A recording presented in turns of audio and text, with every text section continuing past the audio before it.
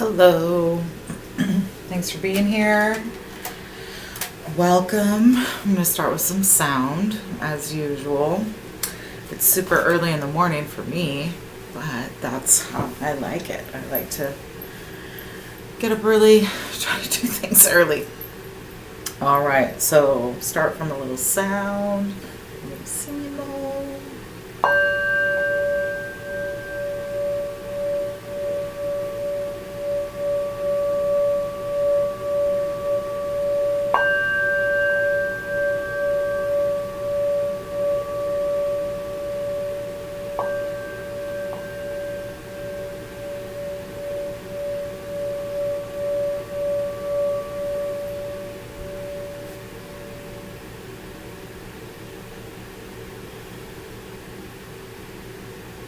Okay, so welcome to the new Gregorian New Year, the new year in the Gregorian. So Happy New Year in the Gregorian calendar.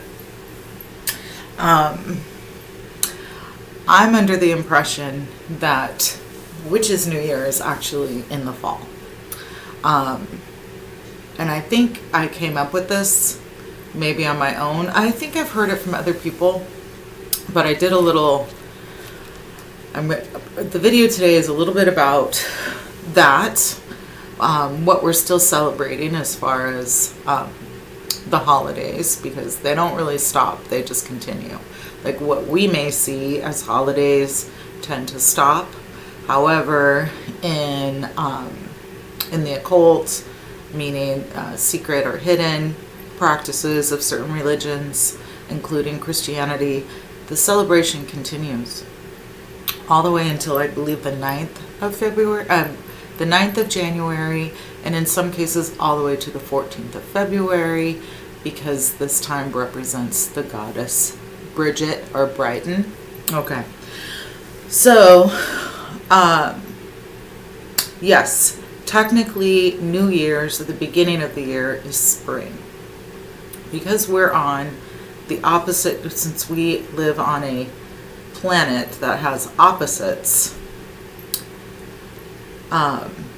one of the downloads I had gotten, and I had gotten some affirmation from other said natural witches, that the Witch's New Year begins in the fall. And my theory was because we're going into a state of darkness, and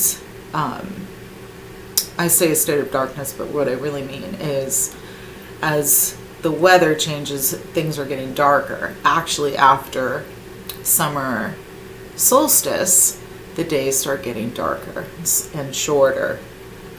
Even though that day is the longest day, we start getting shorter. So when we head into the fall equinox, which is actually the spring equinox on the other side of the planet, right? So that's one of my theories. That's one of the kind of downloads I had gotten before. And we're going to talk about numbers a little bit and the relation to September. So September is typically when we have our fall equinox, and September is the 9th month. However, it is red sept, which is 7. So I think there's some magic going on there, some number magic going on, where the Gregorian calendar actually sets up a certain energy of magic. It's harvest. It's getting ready for harvest. It's making sure that there's, when we lived less in a structured society, winter meant gathering, making sure you have enough food to make it through the winter. And also then by the time we got to solstice, I believe the celebration was because the days were going to start getting lighter again. So we go into that celebration. We'll call it Saturnalia. That's a whole nother thing. We're going to get into language a little bit too. And So starting from December 22nd, 21st, we start going towards light. So in the energies of the fall, going into what we call the holiday season, holy days, it's a hibernation on this side of the planet. It is when the trees hibernate, when certain animals hibernate. It is also colder. So with that comes introspection, rest, and darkness, where we head into nature's darkness. Then, as the equinox comes and things start getting brighter, we come into the Gregorian New Year, and then we head into spring. The spring is new birth and new flowers and rejuvenation, but actually it's this time that nature is preparing for spring. So this is actually a very fertile time. Interesting, right? Okay, then, so I'm going to talk today a bit about the 9-day moon calendar, because we're coming into the full moon it actually is going to start on the 5th and go through to the 7th. Is that right? Yes. Let me double check that. Don't I have it written down? Okay, I do. And I need to get another one of these. But if you get a chance to get your hands on one of these, a Witch's Date book, those are pretty awesome because they have a lot of little hints in there, some really great art. They have some recipes, but it's a really good kind of beginner's guide and or advanced guide just to help you through the year. With your practices and dates and such. So, this one doesn't go into January, but I have my, okay, so I have an old app from years ago on my old phone that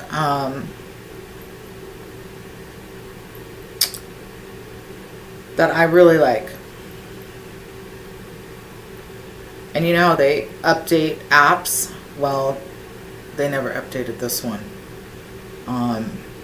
And so I use this old one because I have found it to be the best app for following the moon. It's just really simple. It just shows you the moon, the date, and then what phase the moon is in. That's it. I really like it. So right now we're in waxing gibbous because we're heading into the full moon. Tomorrow is waxing gibbous. Yes. So starting the 5th, then the 6th, and the 7th is full moon, and then the 8th we go into waning gibbous. Okay. So with that, I think it's important that we keep reminding one another, especially magical people who like to use the new moon and full moon energies for rituals. They last for 3 days. At least 2. They last for 3 days, not just one. So if you're wanting to, you can practice each day. You can pick the day that is devised on the calendar, and also this is called the wolf moon.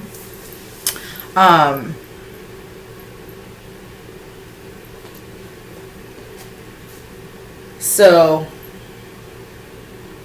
it's something that I've paid attention to, and I do start noticing when I've fallen into the 9-day calendar, because if you're watching me and you watch other people like this, you already are aware that our calendar and a lot of the things that we go by are fairly new, and that the way that things used to be looked like. For example, in the Hebrew calendar, it's your 5,720 something.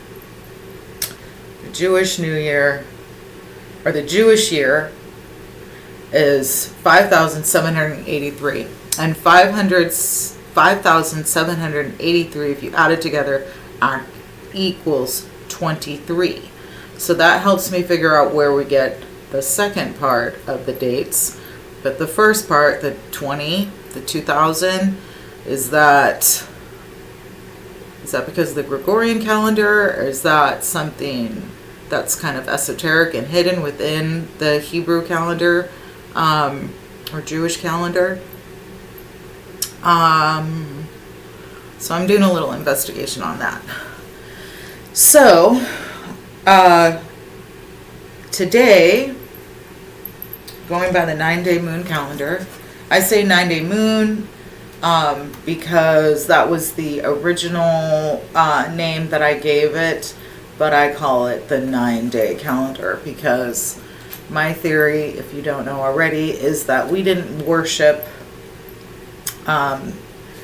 meaning we ancient peoples, we worshipped more of what was close to us, our own earth, our own peoples, our own energy and elemental connection to nature, rather than the sun, the moon, and the planets. And that if we did, we would mostly pay attention to the planets because we were on a planet. And then I have some theories about each planet. Mercury is the closest planet to Earth. We have all these stories about Mercury the messenger. My theory is that we are actually able to send messages to the planets, and those messages go to the other planets. Like, we are actually far more connected than they teach us. So today, which is January 3rd, 2023, and the energy of the day would be Jupiter. Yesterday was Mercury, tomorrow being Saturn. Thursday, the 5th, the first day of the full moon, would be Uranus. So actually, if you are doing new moon ritual, you would not want to do it on the 5th.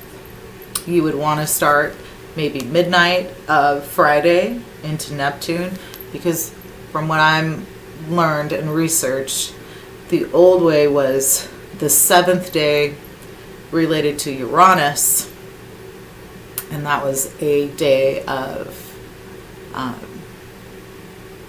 like a day out of ritual, a day out of practicing magic, because Uranus has some unique energies. So we would prepare and then do our ritual. And then it being the 6th, which is a magical number as far as, and it's also Friday, which relates to, on our Gregorian calendar, Venus. But on this particular day, it also relates to Neptune. And then Saturday would be Pluto's day, which is interesting because our country, this country, the United States, is going through a Pluto return. So I find it interesting that we're starting this new year with both the full moon coming at the end of the week and Pluto coming in to kind of complete our first week into this Gregorian calendar new year. And then we have the 7 as well, because Pluto is 9 and 7. Pluto is the 9th planet. And that's how I do it. I go by the planets. I don't, and what I start seeing is matches of numbers, number relations. I start seeing what looks like hidden or esoteric number magic. Now, moving on to, and then we talk about, I want to talk about each names of the months. So we have January, February, March, April, May, and June.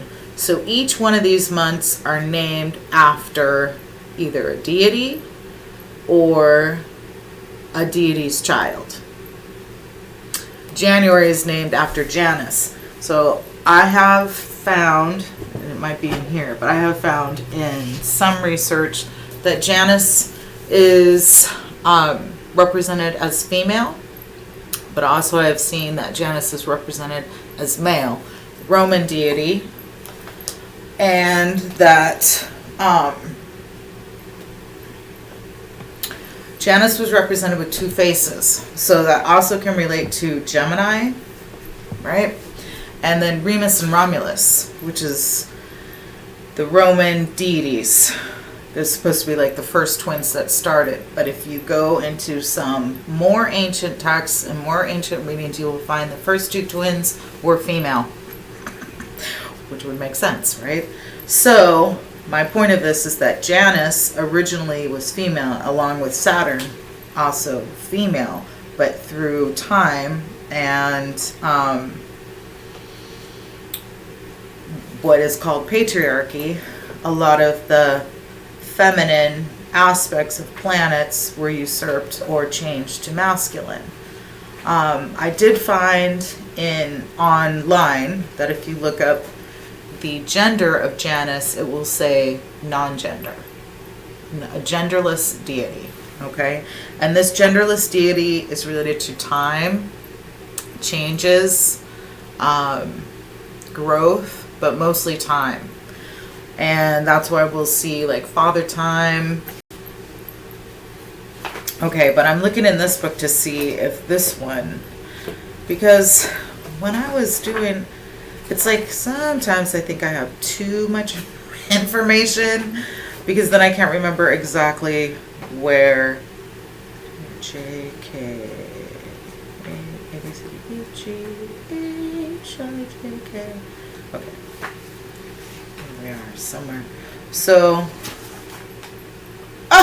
Kadesh. We are doing that one because we're doing that one. Just saying. Kadesh. It's in here. Awesome. Okay. I'm looking up Janus. See if Janus is in here, because somewhere I read Janus was originally female, given the name also with time because of periods, because of a woman's moon, and that Janus was responsible for the woman's periods. Here it is, Janus. Let's see. All right, so we're gonna read it because we're in January. That's what this month is named after, and we'll see what this one says. So Janus is also known as Gianto or Dianus. You mean like Diane? Feast, 1st of January. Okay. Janus is a two-faced spirit, but in the most positive sense of that term. Janus literally has two faces, indicating his power to see from all directions and perspectives. He sees the past and future simultaneously. Janus is a guardian and protector. Janus is among the most ancient and significant deities of the Roman pantheon. He was in the Roman region long before the Romans arrived, which makes me kind of go back to the feminine aspect, because it wasn't until the Romans started changing everything. Not that we didn't have male influences as deities, but it seems to me that they were predominantly female, and that the males came to them, if that makes sense, like went to those temples seeking. Okay, long before the Romans arrived. Before the arrival of Jupiter, he may have been the preeminent male spirit, officially superseded by Jupiter. Within the context of the Roman pantheon, Janus retained his right to be first. Similar to modern traditions, Eshu, Elegbara, Janus is the first spirit invoked before any invocations, sacrifices, or offerings made to other Roman deities. Very interesting. As I just said, most of our months are named after deities. So is that why January is our first day in the Gregorian calendar, our first month in the Gregorian calendar? Is it relating to calling on that spirit as we go into the rest of the year? Maybe, possibly. Then it says, Jupiter then follows as king, followed by whomever else might be invoked. Okay. The Roman temples of Janus had double doors, known as the gates of war. The temple was a visible symbol of peace or war. When there was peace throughout Rome, the doors of the temple were shut. That was a rare occurrence. Okay. Let's see. Is there anything else? Okay. In 153 BCE, the Romans changed their calendar, moving the new year from the spring equinox, what were we just talking about, to January 1st, the feast day of Janus, spring of beginnings. With one face, Janus looks back on the old year. So if you're on the other side of the planet, it is springtime. Right?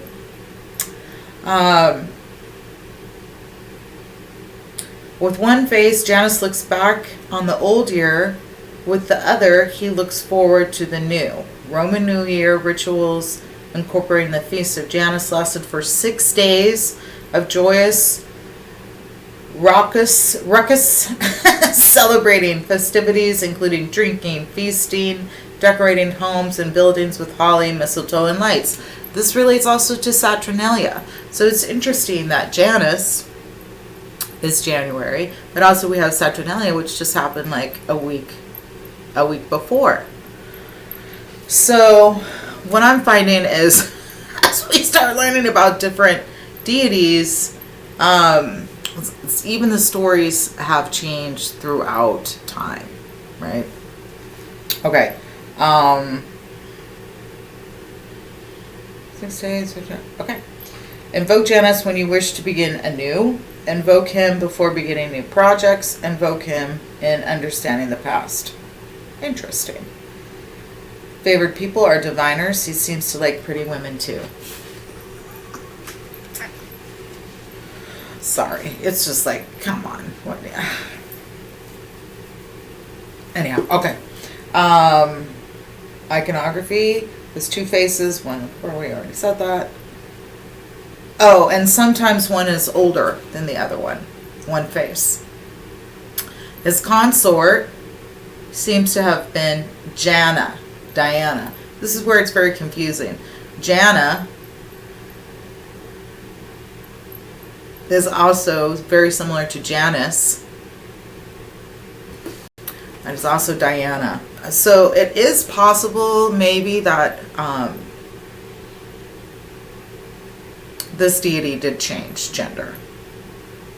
As far as like within the Roman pantheon, but maybe not. The original consorts of Diana, Western Rome. The tree is oak, number is 1. The month of January is dedicated to Janus. The traditionally Roman offerings was whole grain, farro, wheat mixed with salt. Also, lamal, a type of focaccia bread made with flour, eggs, oil, and cheese, served during rituals thanking Janus for providing a bountiful harvest. So it's just very similar. I find it interesting. I wonder if Jana is in here. I don't see Jana in here. Is Jana in here? No. Just Janus. Alright, so I got all excited when I saw this about Kadesh, Lady of Heavens, the Holy One, Kadesh, because so there's another person on YouTube and Instagram who is similar, breaks down kind of the energy of the great mothers, and does it so in a way that is pretty cool. And so most recently, she did some videos. AdunolatheOracle is her name. You can find her on YouTube and or on Instagram. But she did videos breaking down Kadesh. So Kadesh in Hebrew, so Kadesh is a Hebrew word. So the reason why I got excited about that, so many of you know I was adopted. And when I found my biological mom, I had learned that she had been part of a, you could say, a religious group that was way outside the box. And while she was there, she had heard a saying that was supposed to be forbidden. Now, I found it all over YouTube. I don't know enough about the religion to know why it would be forbidden. But the saying is, Kadosh, Kadosh, Kadosh, Adonai Sabaoth. Now, how it was spelled was Kadoysh,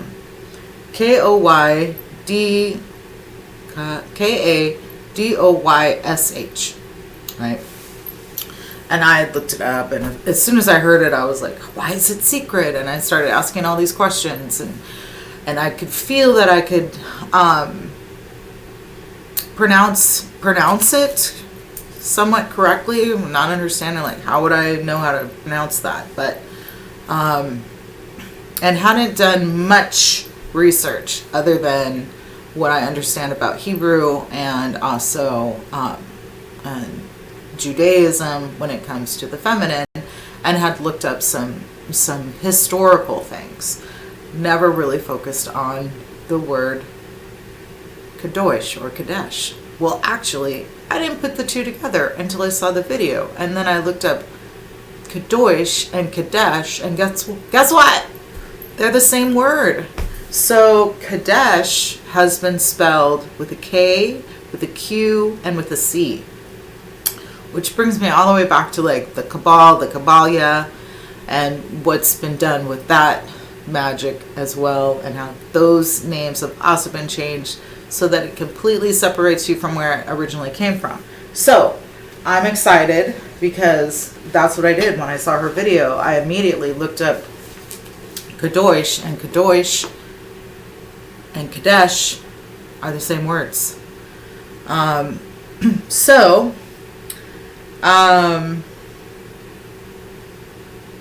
she goes into explaining how that is like the divine feminine of Hebrew. But also, if you think about it, most religions and language were created by the divine feminines and the women of the groups. So, just for fun, we will... Hey, you guys, Frida Khalo is in here. What? I love her. Wait a second. Wow. Oh my gosh. I love Frida Khalo. And I had no idea she was in here as a deity. I don't know why it makes me emotional, but it did. That's pretty cool. Maybe we'll do that one next. We'll see. So I'm just going to do a little tiny bit about the Kadesh that I found in here. So it's spelled Kadesh. And then the other spelling is Qadesh, the Qadesh. And then you will also see that it's spelled Kadosh, like I had spelled it earlier. Okay. So also known, so Lady of the Heavens, the Holy One. And there is a lot of information in different books talking about the Holy Spirit or the Holy Ghost relating to the divine feminine energy. So Kadesh is the holy whore. And she goes into explanation about that. And I've talked about different things about this, where the way that we perceive prostitution today is not the same as it was back then, because rituals were created so that when we procreated, it was intentional. We weren't just having sex to have sex, and we weren't making babies just to have babies. There was a ritual. This is talking about like high-ranking influencers of the time, kings, queens, and their families and their temple goers. So I know when the person is writing this, they're not speaking in the way that we've interpreted that word. The Scarlet Woman, the Lady of Pleasure, her name literally means holy or sanctified. She is a spirit of power, beauty, joy, ecstasy, and sexual pleasure. She is from the Levantine, the Semitic coast of West Africa, encompassing Syrians, Phoenicians, Jews, and Canaanites. It is unknown from which one of these groups she originates. Probably all of them. She was venerated by all of them, as well as by ancient Egyptians, who recognized her as a foreign Semitic spirit and adored her anyways. The Egyptians did not adopt many spirits, generally preferring their own. That's interesting. I didn't know that. Terracotta figures and plaques identified as Kadesh have been dated as far back as the Middle Bronze Age. Little is known, so they say 2000 BCE. Little is known of her veneration other than that sacred prostitution was among her temple rites. Of course, that's what is predominantly remembered, but I'm sure that there was far more going on in those rituals and practices than we may be privy to. Okay.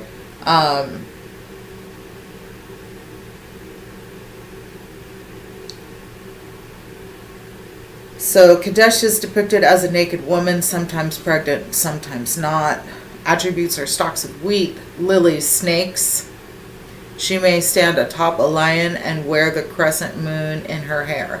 And you see, so the lion, you'll see the lion related into other religions, and you will see the moon also strung into certain some symbolism within religions, including Islam. Okay, so her consort is Weshef. I would need to look that up. Sacred animals, lions and snakes. Plants are lotus, papyrus, plants in general, lilies and wheat. Her planet is a crescent moon. Not a full moon, not a new moon, but a crescent moon. Offerings are lilies, stalks of wheat, aphrodisiacs, especially erotic perfumes and incense, spring waters, candles in the form of genitals, images of snakes and lions. Interesting. Okay. Frida Khalo, because I can't believe it. And what? Frida. So, okay. We're just going to talk about this real quick because, first off, like I said, I have a mad, love for Frida Kahlo. She's the first to be famous and out. She had no problems being polyamorous. She had no problems standing up for who she was. She survived such tragedy and still was such an influence. And so similar to the African pantheon and some of the other pantheons, you raise up in spirituality to become a deity. So Frida has been venerated enough that she's actually made it into the ranks of a spirit being, which I think is so cool. So we're going to read about her. All right. Thanks for bearing with me. And then after this, little bit of short stuff to go along, and we will be moving on. Okay.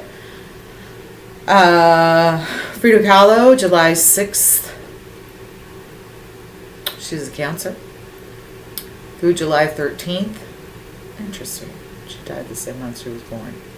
Has transcended her status as beloved painter, mystic figure, and potential and political activist. I'm getting emotional.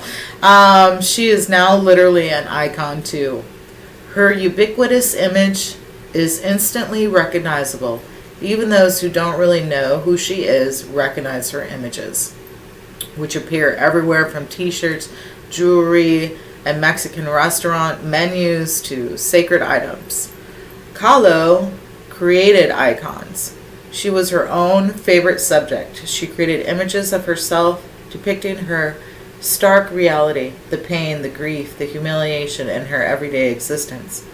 Childhood polio permanently damaged one leg. A horrific traffic accident shattered her body. If you don't know the story, going through her hips, and she was not able to have children because of that. And she always wanted children. Her love life was also traumatic, the one that she had with Diego and other people. And one leg was eventually amputated. She also created images of herself as a goddess, a primordial lady of beasts, a woman of bravery, defiance, and endless creativity. Although this seems almost laughable now, not long ago, Frida was an obscure historic figure overshadowed by her then more famous husband, Diego Rivera. Her popularity and renown exploded in the 1970s, theoretically, because she was reappraised in the content of feminism and Mexican pride in the political movements, but possibly just because her time had come. Frida's own art, her self-created image, created a powerful spirit.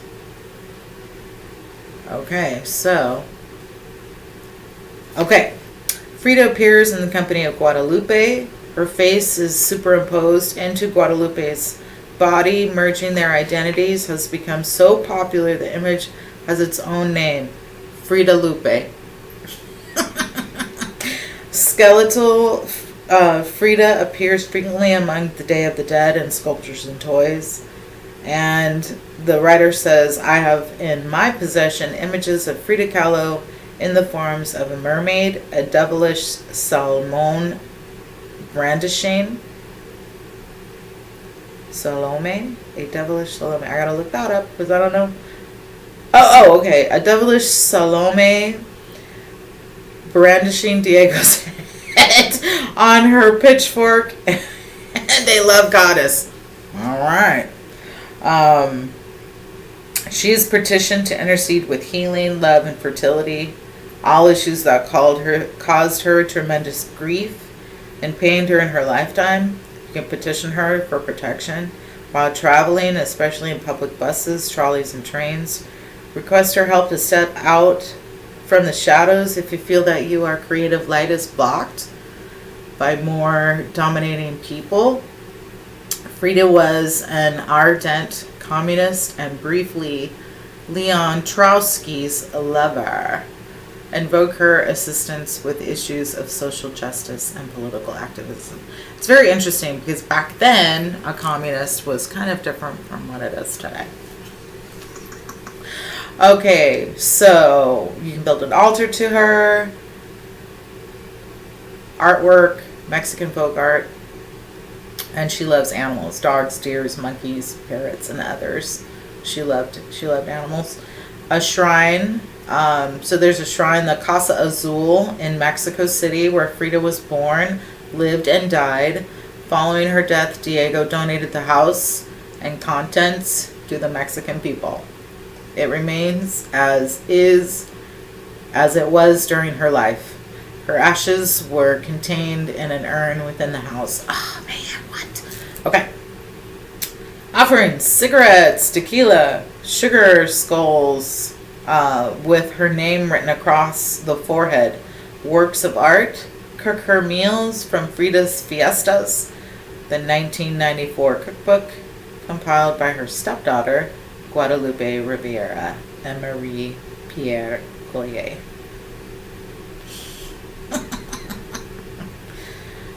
This book is cool. Okay, so not in this video, but I'll be doing another video probably today about language. I want to go into the uniqueness of Latin, Hebrew, and then English, and where our language has a lot of coding in it, just to put it simply, a lot of coding. Okay, so one of the things I wanted to start doing is doing some readings. I don't really do readings in the traditional way. I have plenty of cards, and I've shared some readings online, but what I've done is some automatic writing over the course of time. So since we're in the new year, and I was going to talk about some of the celebrations. So if you look up, not if you look up, I'm just going to tell you guys. So we have Janus, and then we have Bridget, or Brighton. So if you look up Bridget is also, or Brigid is also related to January. And there would be candle lighting during this time to celebrate her, because she is supposed to be the bright light. So we see a lot of feminine energy in most of our celebrations. If it's not specific to the country or to the culture, you will see feminine energy in almost all of our celebrations throughout the years in different groups, especially the ones who follow the moon.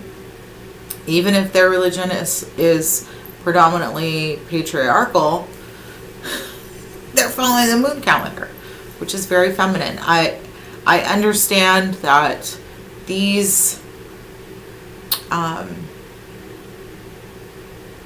pieces of what we call planets and the moon and the sun, like we're discovering these may be created from a greater being, or us in the past, or us in the future. Outside of that, the moon relates to water on this planet. Even though our planet has a lot more control over things, that's the relation. And I find that feminine. I find feminine energy in that. So anyhow,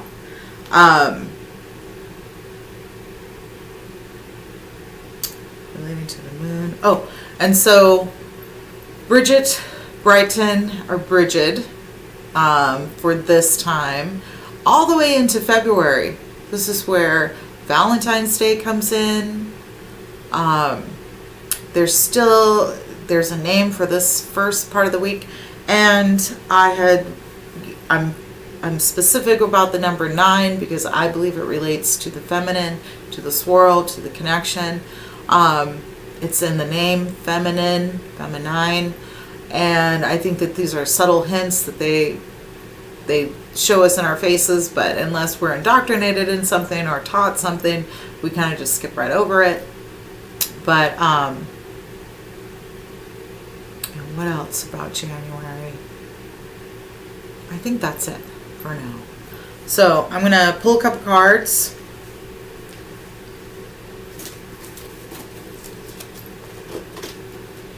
And as far as shuffling, I'm not really gonna shuffle. I'm just gonna pull cards.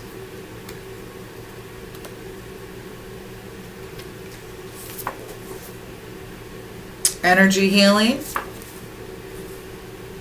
Energy healing. So for those who might be watching, a massage, Reiki, Pilates, yoga, auric healing, Ayurvedic, past life, mantras, meditation, yoni steaming, fasting, swimming, going to waters, ocean, rivers, lakes, waterfalls. You could be shamanic, or you're checking into shamanic things, or you are also a facilitator, or one or more of these things that I mentioned. All right, and that might be something you're getting into this year. You just started checking out this year. All right, let's see. The next one is outstepping. Outstepping. Stepping out. Dance. Achievements. Someone or you may be outstepping your boundaries. You may be outstepping ways, attitudes, and constructs. So that would go well with energy healing. We'll pull one more.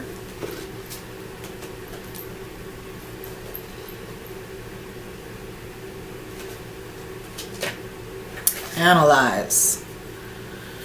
Analyze.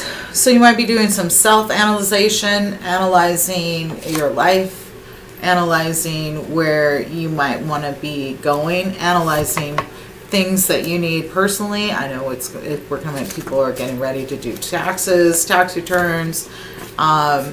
So as we step into this energy, because as many of us know, this is more of a time of hibernation, reflection, analyzing, figuring out what you might want to bring in. And then we have the full moon coming, so we will see a bit more. Okay. This is just coming through as I'm talking. So it's a wolf moon, so what I'm hearing is that it will shed light on things that are nocturnal, because wolves are predominantly nocturnal. And wolf moon. Oh, I was hearing like the howling. So also like a call. So it will be a call to like-minded people. And even a call to the wild within you, or something you might want to be pursuing. So there will be light shown, or light shown to you as to how to perceive that, if you're going to bring in this new moon energy. And also with that is, yeah, mostly I'm hearing a call. Oh, and a call along with, so if you've been a lone wolf, so it would be two kind of things going on here. You could be stepping out, becoming kind of like your own lone wolf, doing things on your own, really kind of isolating and creating a like a home, a pack within yourself. And or you will be stepping out, connecting with other like-minded, pack-minded people, like your group or your, because there's a really cool dynamic within the wolf pack of community. So, okay, that is my video for today. If you haven't already, like, share, subscribe. Check out my Patreon at monami, patreon.com, mon_ami, patreon.com. And there I have things that will not be on YouTube at all, where I go into some spell work and how to undo those. I also go into the intuitive muscle healing, which is great if you're working through certain traumas or wanting to help yourself undo the trauma that might be stuck in your body. And then of course, I'm always talking about goddesses and symbols, and there's a little bit more information over there that you may not find here. But most of the time, both will be kind of integrated, and you can also get in contact with me a bit more personally on Patreon. So check it out, check it out.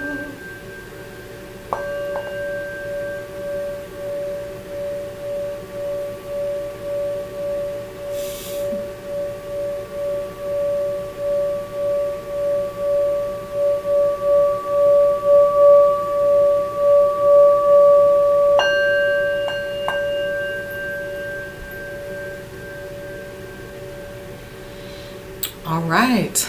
Until next time,